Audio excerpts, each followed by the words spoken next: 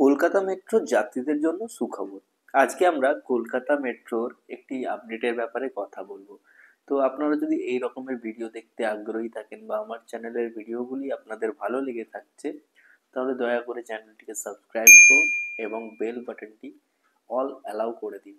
এবং এর সাথে সাথে যেটি আপনাদেরকে করতে হবে সেটি হলো ভিডিওটিকে একটু লাইক করে যান এবং আপনার কোনো প্রিয়জন বা বন্ধুর সাথে ভিডিওটি শেয়ার করে ইনফরমেশনটা ফরওয়ার্ড করে দিন।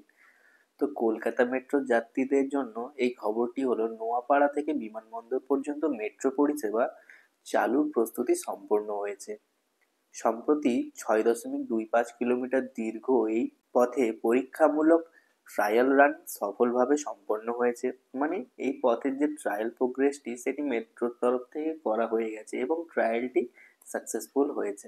মেট্রো রেল কর্তৃপক্ষের তথ্য অনুযায়ী আগামী বছরের ফেব্রুয়ারি মাস থেকে যাত্রীদের জন্য এই পরিষেবা চালু করা হবে। তো যারা যারা এই পরিষেবাটি গ্রহণ করতে চান, যেমন হলো গিয়ে এটা কলকাতা মেট্রো, তো সোজাসুজি কলকাতা যে এয়ারপোর্ট আছে সেটার সাথে কানেক্টেড হচ্ছে। তো এর জন্য যারা যারা এই মেট্রো পথটি ব্যবহার করায় আগ্রহী বা যারা এই মেট্রো পথটির ফলে উপকৃত হবেন তাদের জন্য এই সুখবরটি।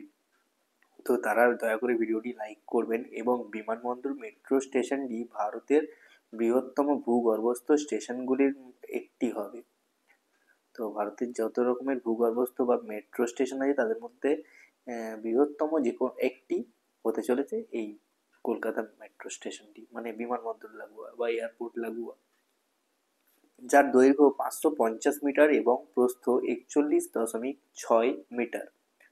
স্টেশনটি টার্মিনাল বিল্ডিং থেকে 150 মিটার দূরে অবস্থিত এবং একটি ওয়াকওয়ের মাধ্যমে টার্মিনালের সঙ্গে সংযুক্ত থাকবে। এই নতুন মেট্রো পরিষেবা চালু হলে যাত্রীদের যাতায়াতে বিশেষ সুবিধে হবে।